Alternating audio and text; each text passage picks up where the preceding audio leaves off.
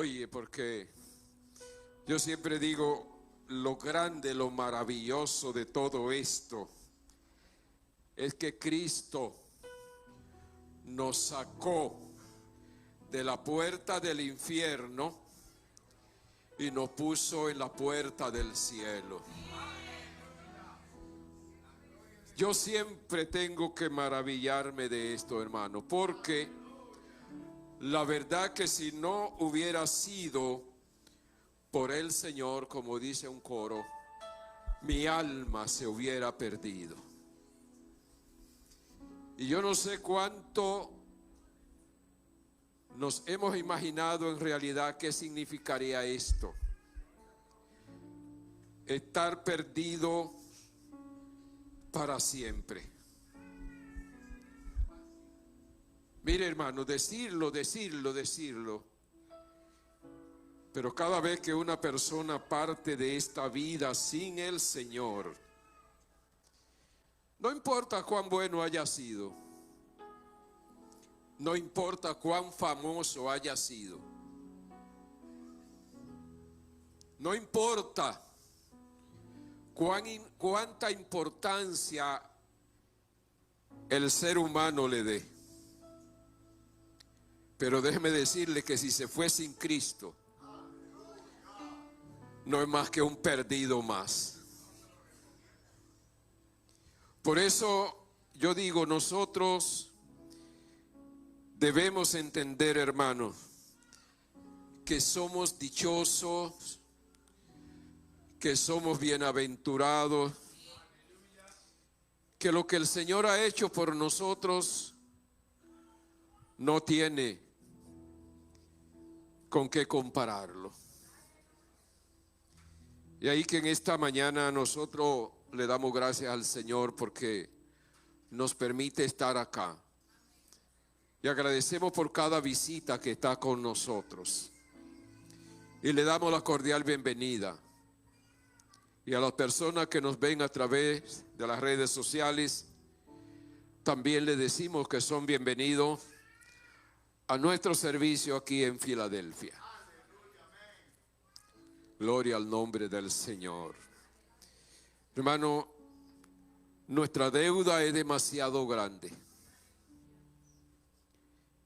Y por eso el Evangelio, la salvación es gratis. Porque si hubiera que pagar, ni en efectivo nadie podría pagar una suma que impresionara a Dios. Porque si todas las cosas son de Él, y Él mismo dijo, mío es el oro, mía es la plata. O sea que simplemente le estaríamos dando de lo que ya a Él le pertenece. La única forma de nosotros pagar por nuestros pecados sería la perdición eterna. Y ya ahí no habría vuelta atrás. Por eso, hermano, siéntase privilegiado, siéntase honrado de poder servir al Señor. Aleluya.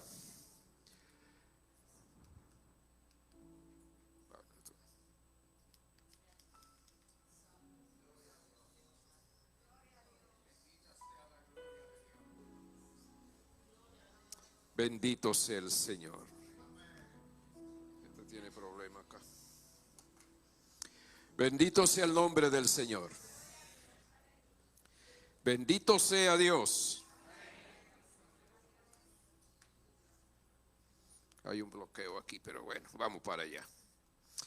En esta mañana, hermano, conmemoramos,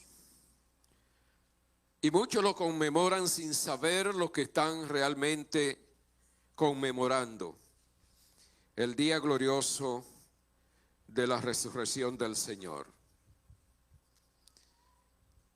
Un evento que para nosotros como cristianos es uno, la doctrina de la resurrección. Pero también tenemos que recordar que para que antes Cristo resucitara, tuvo que pasar por un proceso de muerte dolorosa. por eso en esta mañana nosotros queremos hacer mención de esas palabras que el Señor pronunciara. Y el tema en esta ocasión es el proceso de nuestra redención, muerte y resurrección. Son dos temas que pudiéramos hablar de ellos durante horas, de cada uno de manera particular. Pero queremos por lo menos dar unas pinceladas a lo que ya muchos de nosotros conocemos, como es el caso de las 7 palabras o expresiones de nuestro Señor mientras estaba en la cruz del Calvario. Aleluya. Y luego entonces pasaremos a la segunda parte, que es la resurrección, que es la parte culminante de la obra de redención del Señor. Si nos ubicamos en el capítulo 15 de la primera carta del apóstol Pablo a los Corintios, lo que teológicamente se conoce como el gran capítulo de la resurrección, donde el apóstol Pablo pues expresa doctrinalmente lo básico, lo importante de esta doctrina de la resurrección. Primera de Corintios capítulo 15, lo pueden tener ahí, que más luego vamos a entrar en él. Pero vamos a dar inicio con estas palabras que el Señor en su misericordia, y que no la dijo por casualidad. Creo que cada una de ellas tenía propósito muy definido. Vamos a irnos a la primera palabra o la primera expresión de nuestro Señor Jesucristo, que se encuentra en el Evangelio de San Lucas, gloria al nombre del Señor, capítulo 23 y el versículo 34.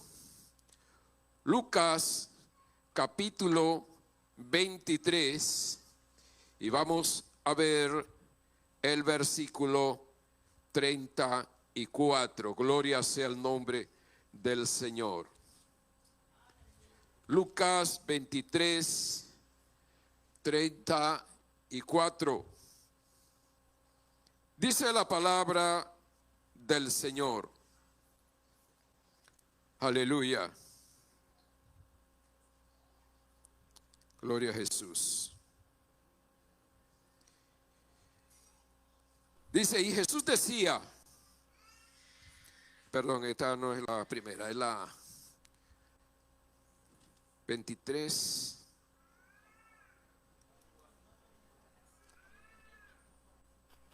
Sí. Y Jesús decía, Padre, perdónalos porque no saben lo que hacen. Nosotros recordamos que aquella noche en que el Señor fue entregado, fue traicionado por uno de sus discípulos, de lo que eran de su confianza, o a quien Jesús le había dado confianza. Le había dado la oportunidad de crecer, de ser un hombre de bien. El nombre de Judas Iscariote es sinónimo de traición. Y alguien dijo, no hace mucho leí, que decía, oye, Judas tuvo 3 años con el maestro. Tuvo el privilegio de tener al mejor maestro. Tuvo la oportunidad de conocerlo. Y yo creo que también Judas tuvo la bendición, aleluya, de poder hacer milagros cuando el Señor lo envió con los demás discípulos. Sin embargo, Judas no supo valorar esto. Y todos los seres humanos podemos fallar. Pedro también, que era uno del círculo íntimo, le falló al Señor. Él había dicho: mira, maestro, yo estoy dispuesto no solo a ir a la cárcel, yo estoy dispuesto a morir por ti. Porque el hombre natural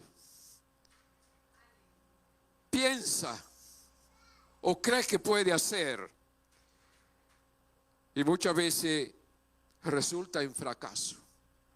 Estos dos discípulos le fallaron al Señor. Sin embargo, Pedro, cuando dice que el Señor lo miró, cuando él lo negó y dijo: yo no conozco a ese hombre, yo no sé ni de quién me hablan. ¿Y qué dice el evangelista? Que hasta maldijo. No sé qué expresión de maldición dijo, pero uno de los evangelistas dijo que maldijo. Sin embargo, Pedro, cuando el Señor le miró, como diciéndole: Pedro, ¿qué yo te dije a ti? Que no te confiara mucho en ti mismo. Y Pedro no se lo había dicho en broma, porque allá en Getsemaní estuvo dispuesto a demostrarlo. Sacó la espada y yo creo que le tiró al cuello. Pero parece que el soldado esquivó el golpe y solo le llevó la oreja derecha. O sea que Pedro hablaba en serio. Pero aún así falló. Fue maltratado el Señor desde esa misma noche de manera indecible. Fue burlado y recibió hasta escupitajos. Yo creo que una de las cosas, una forma de demostrar un desprecio, de demostrar el rechazo más profundo a alguien, es escupirle.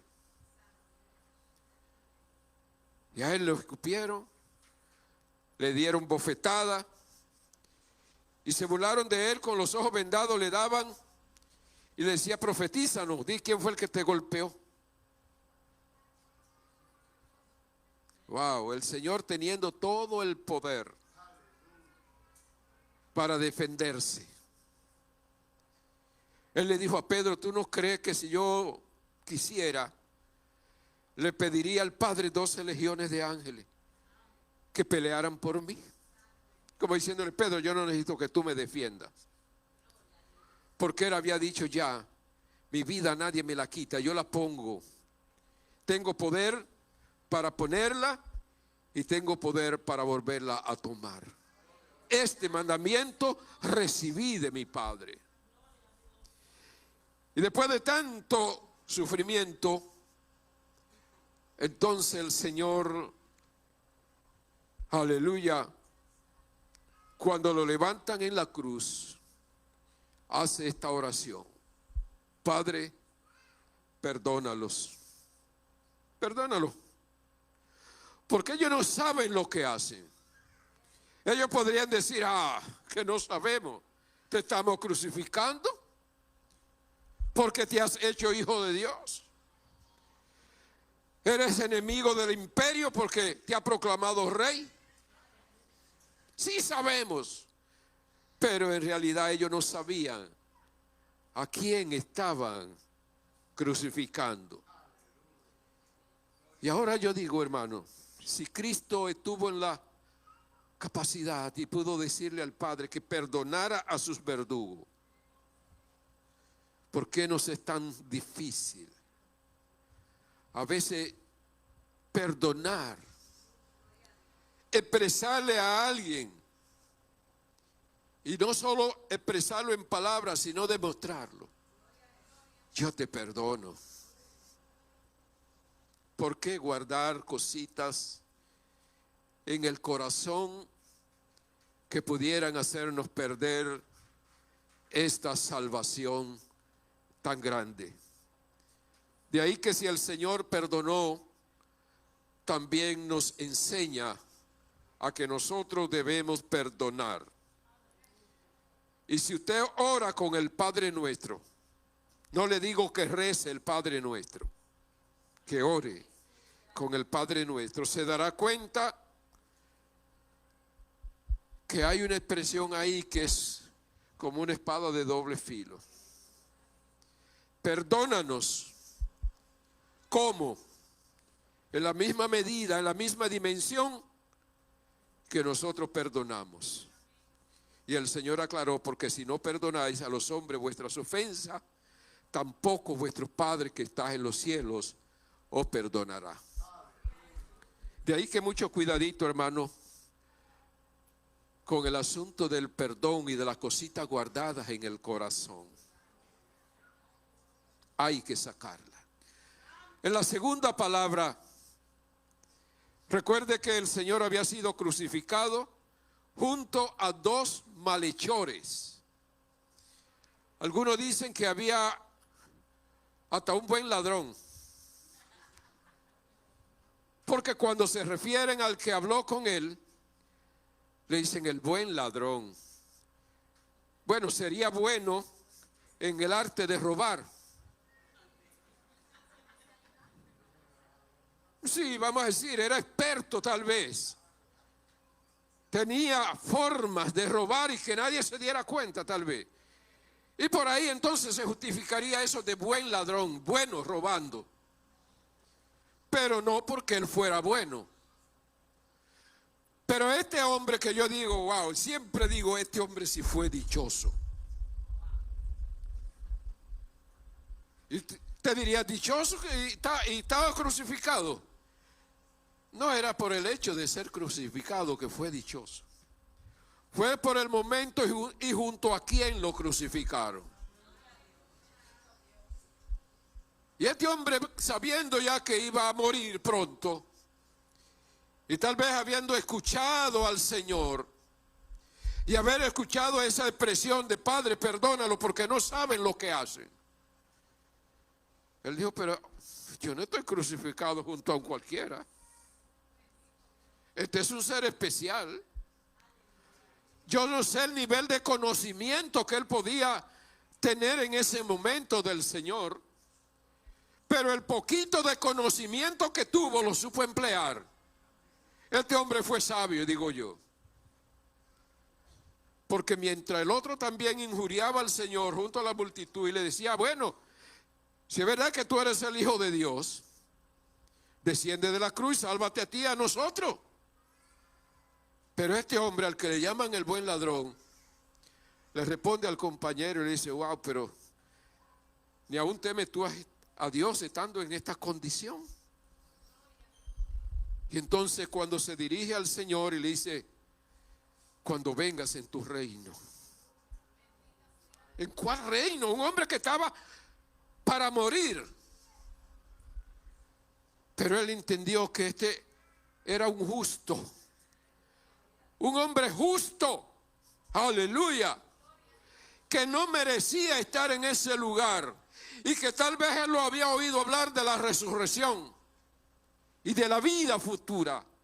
Y él dijo, yo me la voy a jugar con este. Y por eso le dice, cuando vengas en tu reino, por favor, acuérdate de mí. Mire qué oración más corta, hermano. Pero qué oración tan efectiva. Porque el Señor le responde ahí mismo. No te preocupes, mi hijo. Hoy estará conmigo en el paraíso. Hoy tú vas a morir igual que yo, pero no vamos a morir como tal. Simplemente vamos a pasar de esta dimensión terrestre natural a esa dimensión espiritual y vamos a estar en el paraíso. Qué bueno es saber para dónde uno va. Y yo me pregunto, hermano, ¿usted está seguro para dónde va? Amigo, ¿usted está seguro de si le tocara morir hoy, sabe para dónde va?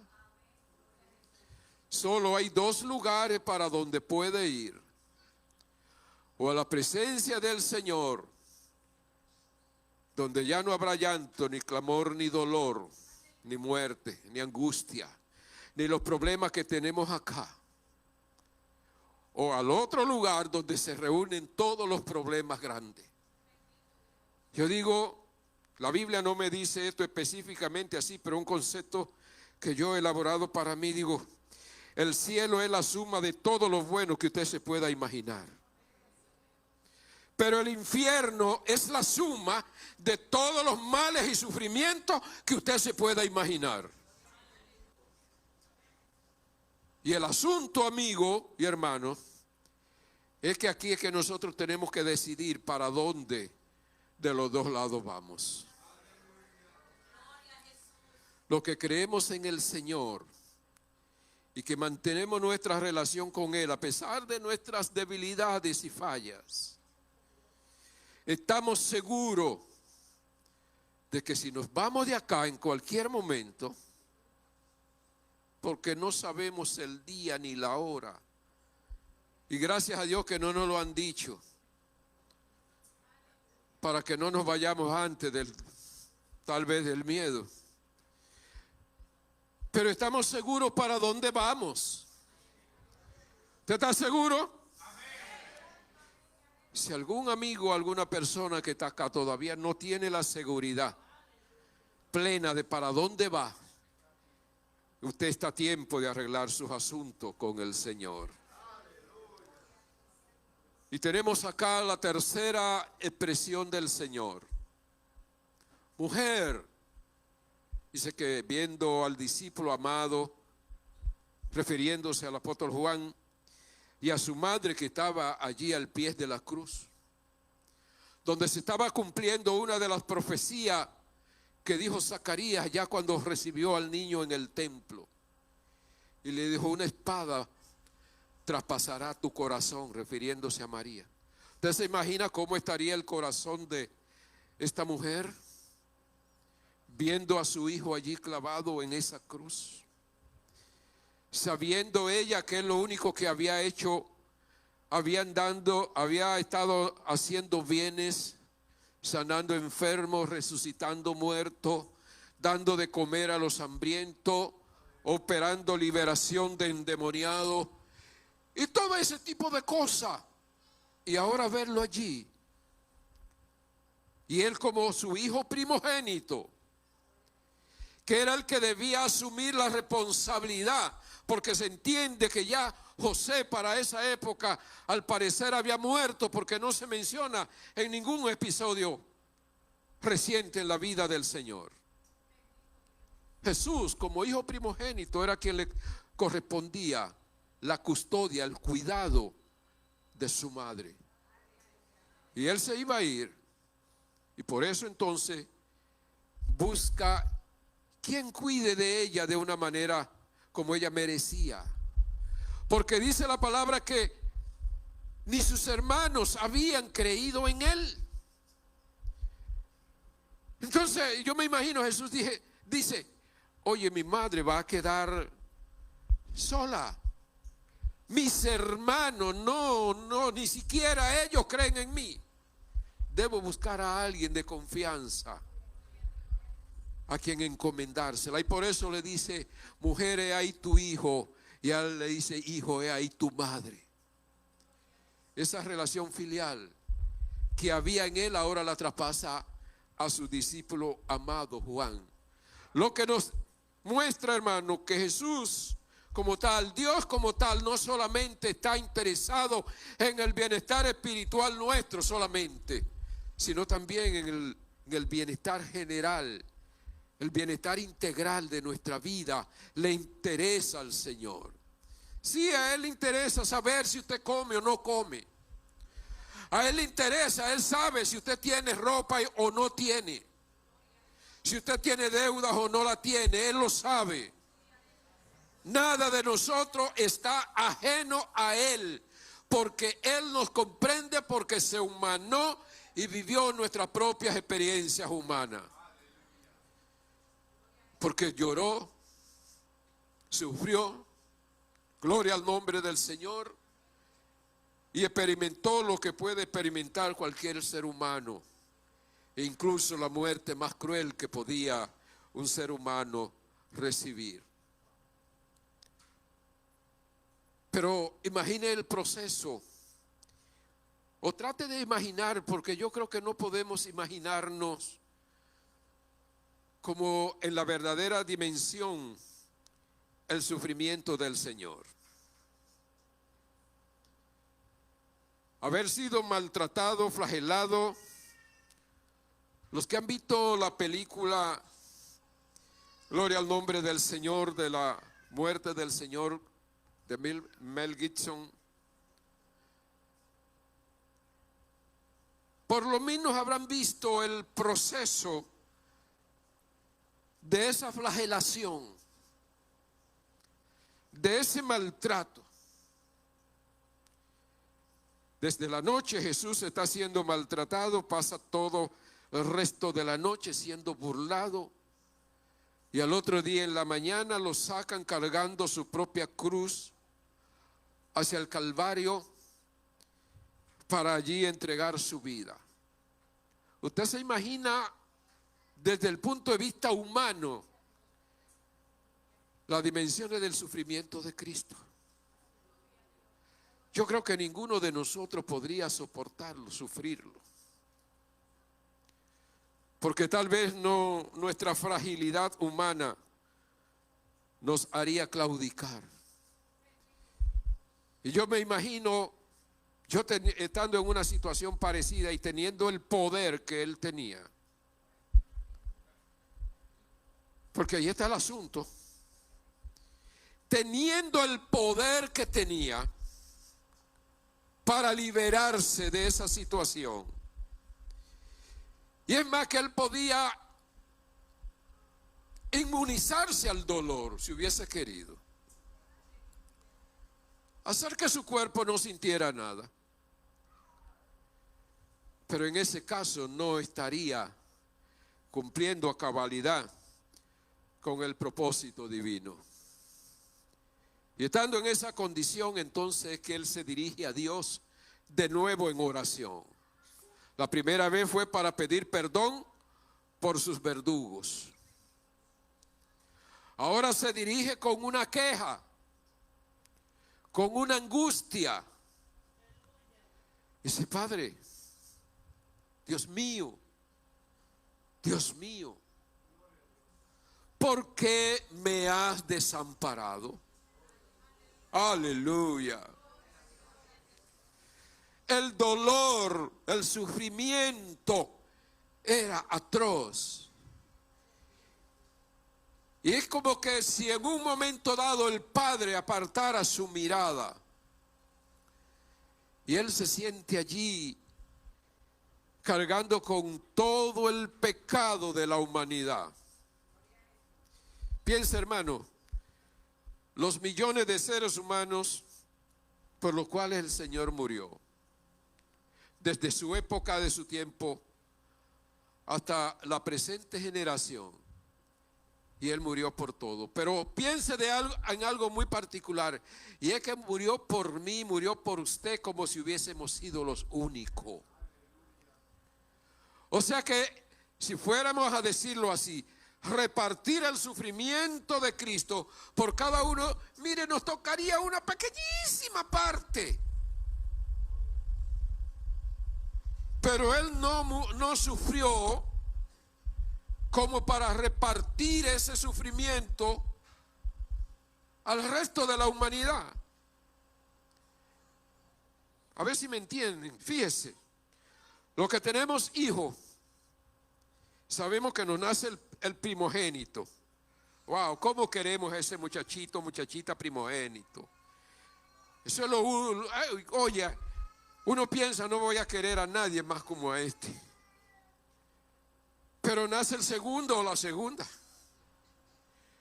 Y usted tuvo que dejar de amar un poquito más al primero para darle a este. No, ese amor de ese segundo, el tercero, cuarto o décimo hijo es completito. Usted no ha tenido que dejar de amar a uno al 100% para repartirle amor a otro. Ese amor es especial para cada hijo. Es completo para cada hijo, para cada hija. Así fue la muerte del Señor. Completa, total, para cada uno de nosotros. Y por eso, para que nosotros no nos sintiéramos abandonados, Él se sintió abandonado por el Padre. Y por eso exclama con gran angustia y dolor esta pregunta: ¿por qué?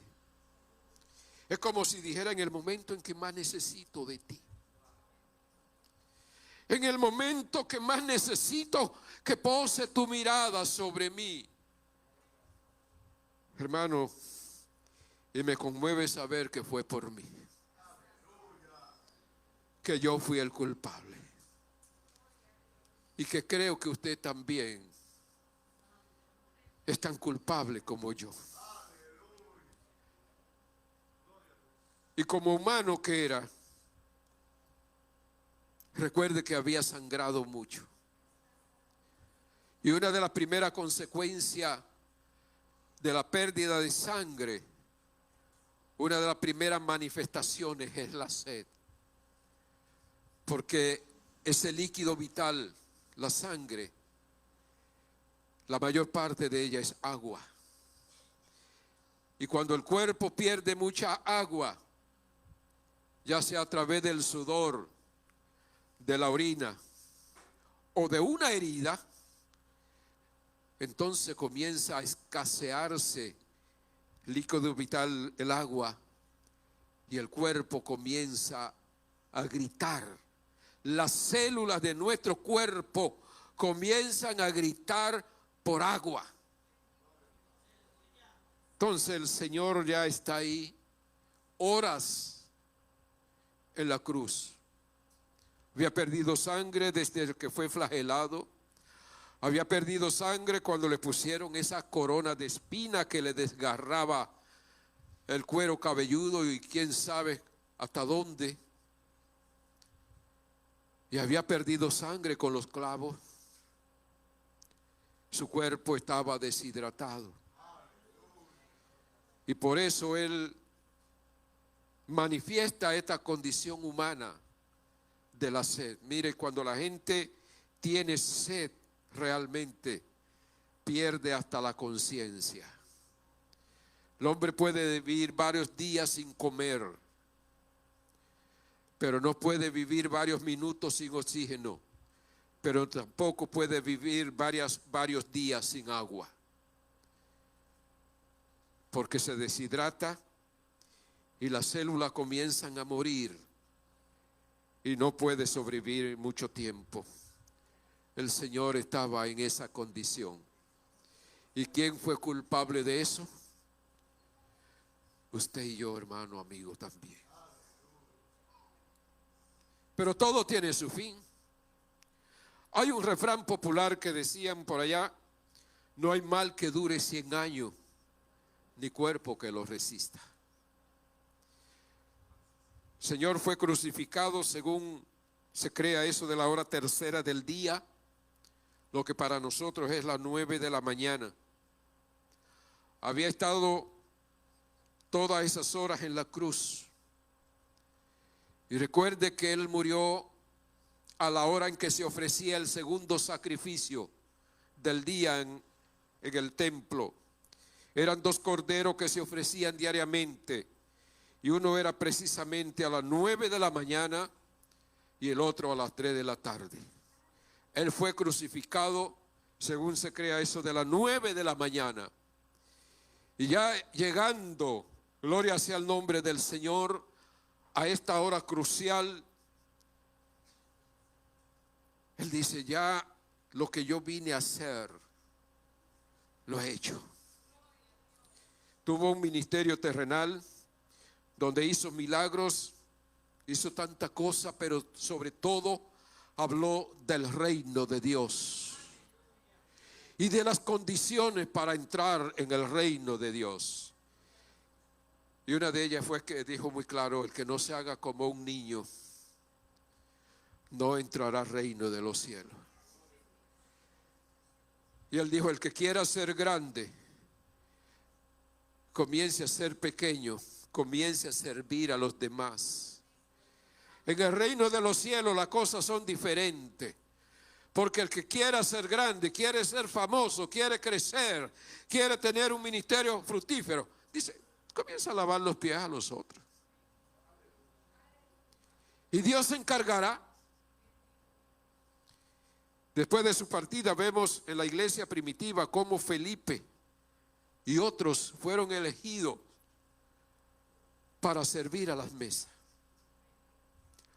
Un trabajo que, si vamos a decirlo comparando con el ministerio de Pedro y de Juan, parecía insignificante. Mientras Pedro y Juan decían: no es lógico que nosotros dejemos de orar, de predicar, de enseñar para ponernos a servir a la mesa. Y dijeron: vamos a buscar hombres que se encarguen de ese trabajo. Podríamos decir: ay, pobrecito, a bregar con gente, a repartir comida, a repartir ropa, a servir a la gente. Eso no era eso como que no llamaba la atención, ¿verdad? Pero después vemos como Felipe, lo vemos como el Espíritu Santo le usa y le habla y le dice: ve, júntate, ve por el camino de Jerusalén a Gaza, el cual es desierto. Y Felipe podría decir: ve acá, pero esto no tiene sentido. ¿Cómo me está mandando a irme a un camino desierto por ahí? Ahí ni siquiera hay viudas a quienes yo servirle. Pero Dios, que tiene el control de todo, sabía que iba a venir aquel eunuco que iba de regreso hacia Etiopía. Iba saliendo, acababa de salir de Jerusalén y había adquirido un ejemplar del libro de Isaías y lo iba leyendo. Y allí Dios le manda a Felipe. Y después que Felipe hace lo que tenía que hacer con el eunuco, viene el Espíritu Santo y lo arrebata. Wow, yo digo, Felipe fue el primero que yo oigo que viajó así. Lo arrebató del camino y de repente se apareció por allá en el norte. Y allí estaba entonces ministrando. Y después en el libro de los Hechos lo vemos que no se habla de Felipe el que servía la mesa, sino Felipe el evangelista. O sea que Dios es quien se encarga de promocionarnos en el momento que Él crea conveniente. O mejor dicho, de cambiarnos de trabajo, porque ningún trabajo en el Señor, en la obra del Señor, es superior a otro. Es posible que en un momento nos pida que empujemos la carreta, y es posible que en otro momento nos pida que guiemos la carreta. Pero lo importante es que hagamos lo que el Señor quiere que hagamos. Y el Señor sabía que su obra había llegado al final. Y por eso Él dirige esta palabra y dice: consumado es. Todo está cumplido.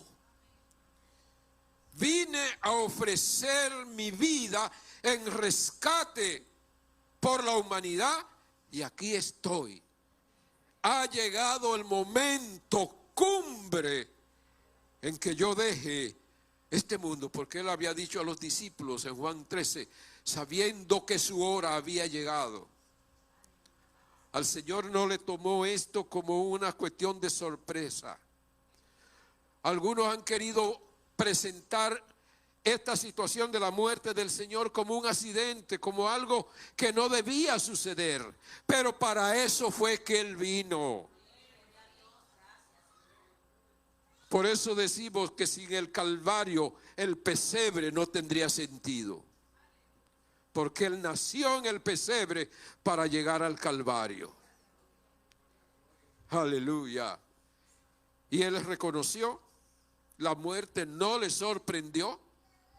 no lo agarró fuera de base. Él sabía que había terminado su obra. Y en la última palabra, el Señor sabe a quién se encomienda. Aunque en la cuarta había dicho, ¿por qué me ha desamparado? Ahora Él se dirige de nuevo al Padre, porque ya había cumplido su labor. Había concluido con éxito. Y Él le dice, Padre, en tus manos encomiendo mi espíritu. Y la pregunta es, ¿en quién usted confía para entregarle todo lo que usted es?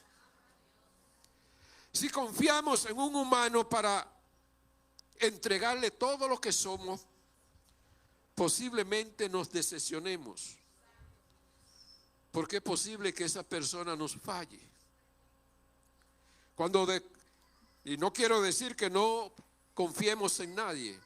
Sí, en alguien vamos a tener que confiar en algunos asuntos, pero a veces el ser muy confiado nos puede dar resultados negativos.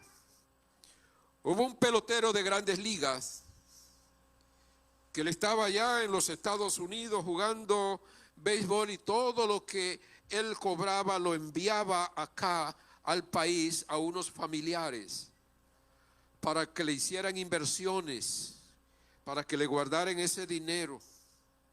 Y después de varios años de estar mandando dinero, mucho dinero, él viene al país a ver qué le tienen. Y para su sorpresa, su mamá y uno de sus hermanos le habían gastado absolutamente todo. La cuenta estaba vacía.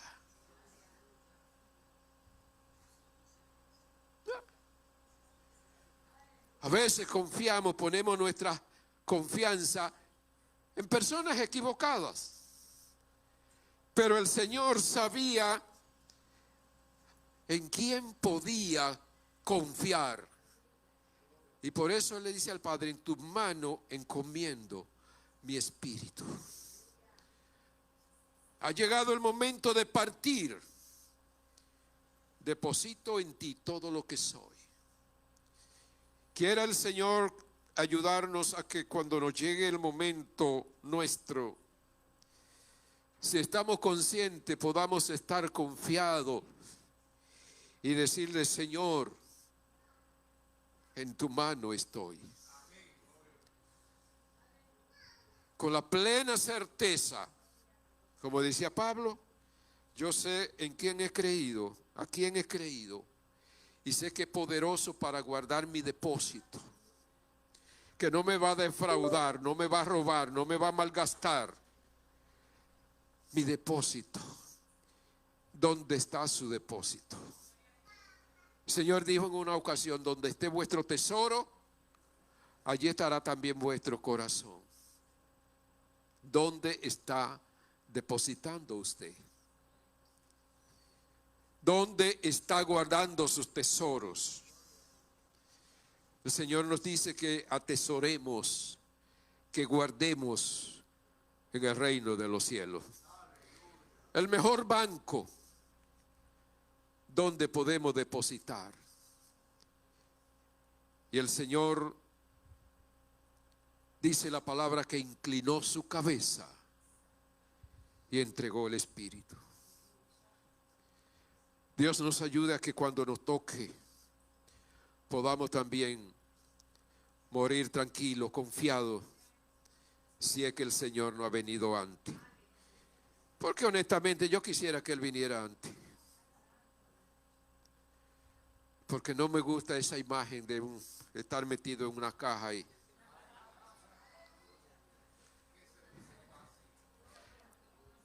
La muerte no es bonita, es la verdad. Pero para el creyente, aunque nos parezca difícil, no es más que un paso a la eternidad. Aleluya.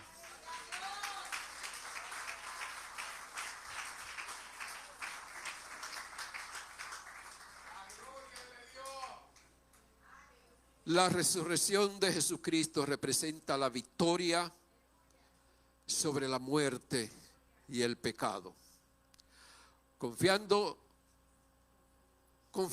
su divinidad y ofreciendo esperanza de vida eterna a todos los creyentes. Vámonos a Primera de Corintios, capítulo 13. Gloria al nombre del Señor. Capítulo 15, del 1 en adelante. Bendito sea el Señor. Primera de Corintios, capítulo 15. Aleluya. Dice así la palabra.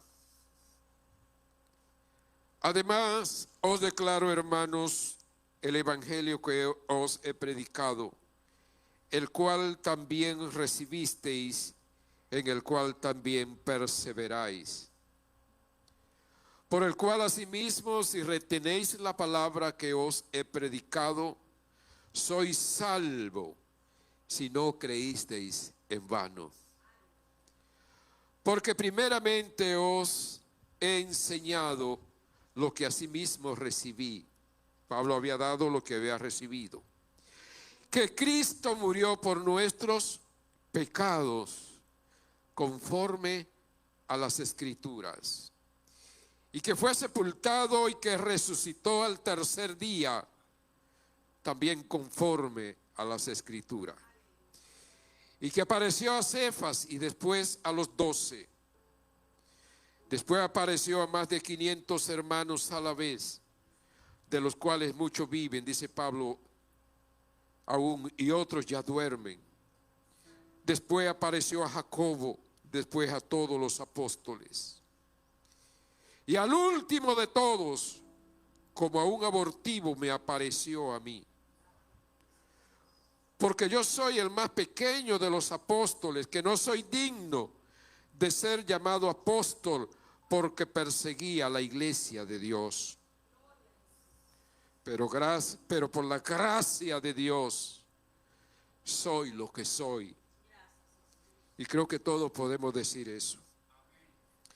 Y su gracia no ha sido en vano para conmigo.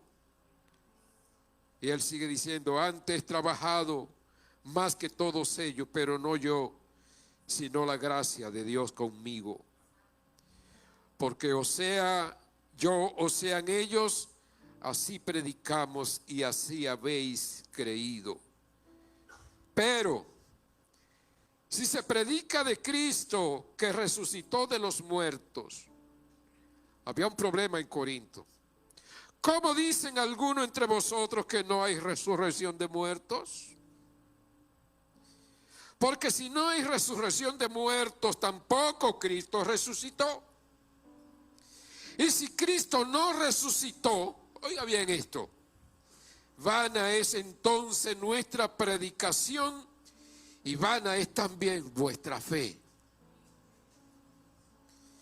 Entonces somos hallados falsos testigos de Dios, porque hemos testificado de Dios que Él resucitó a Cristo, al cual no resucitó, si en verdad los muertos no resucitan. Porque si los muertos no resucitan, tampoco Cristo resucitó. Y si Cristo no resucitó, vuestra fe es vana, aún estáis en vuestros pecados. Entonces también los que durmieron en Cristo perecieron. Si en esta vida solamente esperamos en Cristo, somos los más dignos de conmiseración de todos los hombres. Pero oiga esta gradación. Mas ahora Cristo ha resucitado de los muertos. Primicia de los que durmieron es hecho. Aleluya. Porque por cuanto la muerte entró por un hombre, también por un hombre la resurrección de los muertos. Aleluya. Nuestra esperanza gloriosa. Aleluya. ¿Qué implicaciones tiene? Victoria sobre la muerte. Lo número uno. La resurrección simboliza el triunfo sobre la muerte y el pecado, asegurando que aquellos que confían en Jesús también experimentarán una resurrección futura. Usted y yo podemos morirnos tranquilos el día que nos llegue, porque tenemos asegurada nuestra resurrección. Oiga esto, la muerte no tiene poder definitivo sobre los que creen, ya que Jesús ha abierto el camino hacia la vida eterna. Por eso decimos, hermano, aleluya, que la resurrección, la doctrina de la resurrección es piedra angular de la fe cristiana. En segundo lugar, tenemos esperanza de vida eterna. La resurrección ofrece a los cristianos la promesa de que así como Jesús fue levantado de entre los muertos, también ellos resucitarán en un futuro. Esto genera esperanza y confianza en la vida eterna, superando el temor a la muerte. Qué bendición poder contar con esta esperanza bienaventurada. También implica la confirmación de la fe. Pablo dijo acá, si Cristo no murió, no resucitó, vuestra fe es vana, no tiene sentido. Pero la confirmación de la fe, la resurrección es el fundamento de la fe cristiana. Según el apóstol Pablo, si Cristo no resucitó, entonces vana es la fe. La certeza de la resurrección es lo que hace que el mensaje del evangelio sea verdadero y confiable.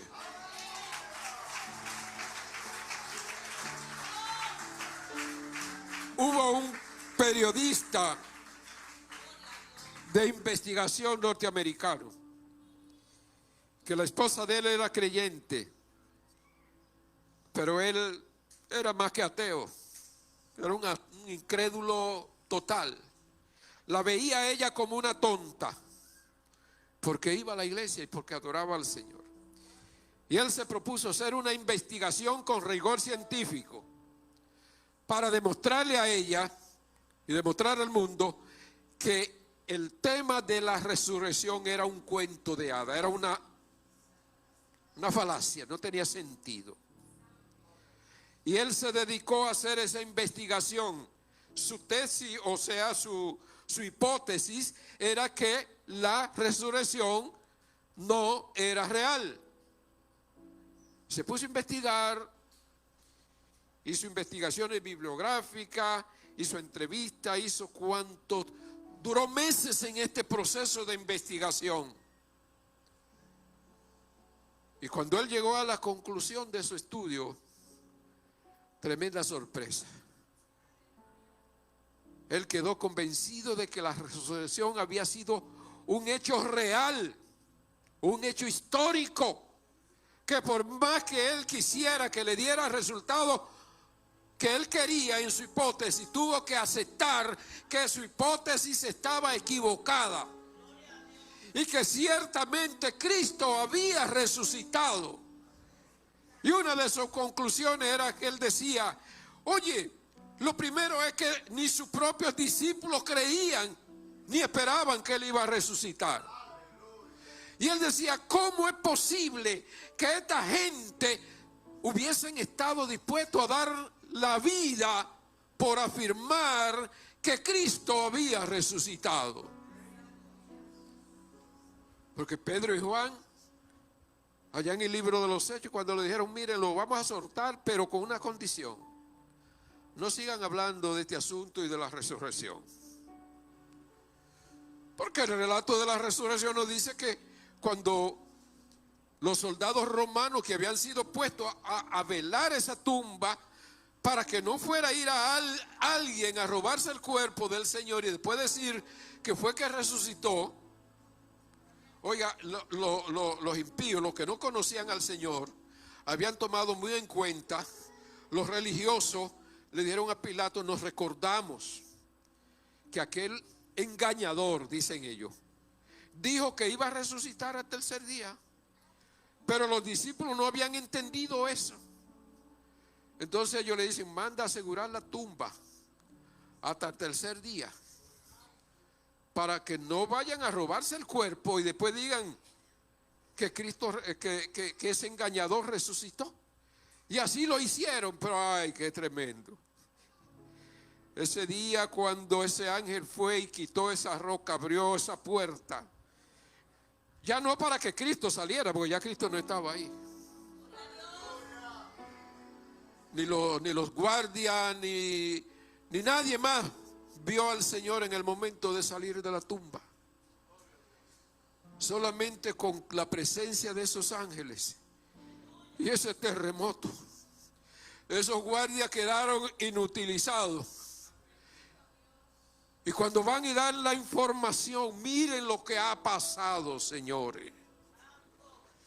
La tumba estaba sellada. No nos habíamos quitado de ahí para nada. Pero de repente esa roca, esa se mueve sola, aparentemente sola. Porque el problema, el temor de las mujeres que iban a tratar de huir al Señor, era: ¿quién nos removerá la piedra? Era una roca grande, una losa puesta en la puerta de la cueva. ¿Quién nos removerá la piedra? Pero cuando ella llega, ya la piedra ha sido removida y ya los guardias no están ahí. Han tenido que salir huyendo.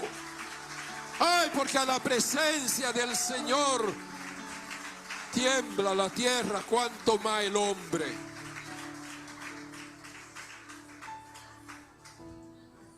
Y entonces ellos fueron donde los sacerdotes, los que le habían mandado, y dijeron: mire, esto pasó. Y esta gente, en vez de arrepentirse y decir: wow, cometimos el error realmente de crucificar a nuestro Mesías, entonces sobornan a los guardias, le dicen: no, tranquilo. Digan que los discípulos acecharon que ustedes estuvieran durmiendo y fueron y se robaron el cuerpo. Y por eso a ellos los podían ejecutar si se dejaban robar ese cuerpo. Pero Pilato, los sacerdotes le aseguraron, le dijeron: si esto lo llega a saber el gobernador, tranquilo, nosotros hablaremos con él. Usando la influencia humana para tratar de opacar esta verdad meridiana. Hermano, pero las cosas de Dios, ningún plan del hombre la puede estorbar. Lo que Dios hace, lo hizo y punto. Si el hombre lo acepta o no lo acepta, ese es su problema. Pero Dios siempre llevará a cabo sus planes y su propósito. Por eso los planes que Él tiene con nosotros, Él los llevará a cabo a pesar de nosotros mismos. A pesar de nuestras dudas, a pesar de nuestra incluso desobediencia, muchas veces Él no dejará su obra sin concluir. Y sabe algo que yo estoy convencido: yo no soy indispensable para Dios ni para el ministerio. Si un día yo no quiero hacerlo, Él se va a buscar a otro. Si un día usted no quiere hacer lo que Dios le ha mandado hacer, Él se buscará a otro. Pero sus planes, sus proyectos no se van a quedar a media. Porque el hombre quiera o no quiera, Dios va a llevar a cabo su propósito. Y el proyecto de nuestra redención, que comenzó allá en Génesis capítulo 3 verso 15, con esa profecía de que tú le herirás en el calcañar y ella te herirá en la cabeza, la simiente de la mujer. El plan de redención fue llevado a cabo. Y nosotros hemos sido bendecidos, hermanos, privilegiados de que nos ha llegado esta buena nueva de salvación. Y que la hemos aceptado, la hemos recibido. Pero ahora tenemos el reto de permanecer. Porque no es un asunto de que yo me convertí una vez, o incluso que yo visito la iglesia. Ah, no, pero es que yo también adoro. Sí, la adoración, eso es importantísimo. Y si usted viene a adorar, amén, eso es bueno. Pero sabe una cosa, que el Padre busca adoradores que le adoren en espíritu y en verdad. Y mientras usted no tenga ese encuentro con el Señor, no puede ser ese verdadero adorador. Porque la adoración, aunque ese no es el tema de esta mañana, la adoración genuina tiene que salir de un corazón agradecido con lo que Dios ha hecho en su vida. Tiene que salir de un corazón que ha tenido un encuentro con el Señor. Por lo tanto, los amigos que están aquí en esta mañana, si todavía usted no ha dado ese paso de fe, no ha tomado esa decisión, mire, no salga de aquí en este día sin hacerlo. Porque un día el Señor te va a decir, allá en Filadelfia, domingo de resurrección, tú lo escuchaste, que no era meramente ir a adorar, que es un asunto de entrar en relación con el Señor. Por eso yo quiero hacer una invitación en esta mañana y decirle a nuestros amigos que nos visitan, usted puede beneficiarse de este plan de redención, donde se ejecutó en la muerte y resurrección del Señor. Hacemos esta invitación.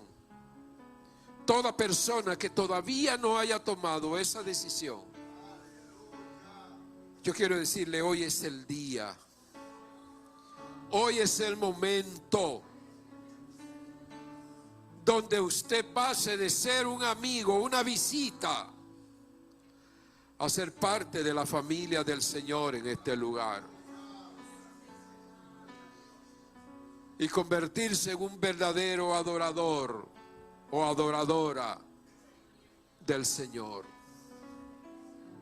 Porque no basta con levantar las manos y aún llorar. Es necesario entrar en relación con nuestro Redentor. Y los hermanos que estamos acá, cuidemos esta salvación que tuvo un precio tan elevado, hermano, por la cual nosotros no hemos tenido que pagar. Pablo decía que él andaba con temor y temblor. No fuera a ser que habiendo sido él heraldo, anunciador para otros, él mismo viniera a ser eliminado. Hermano, que el Señor nos guarde y cuidemos nuestra salvación. No sea que por ser complaciente, fíjense en esta tragedia que sucedió, que todos conocemos. Se supone que allí no debía haber muerto ningún cristiano, ¿verdad que no? Sin embargo, se supo de personas, miembros de iglesia,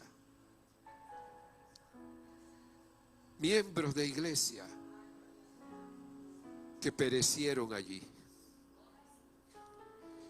Y la pregunta natural es, ¿qué hacían allí? No, que yo nada más fui a acompañar a alguien, que yo no lo voy a juzgar, yo no voy a... Pero, ¿qué hace un creyente metido en unas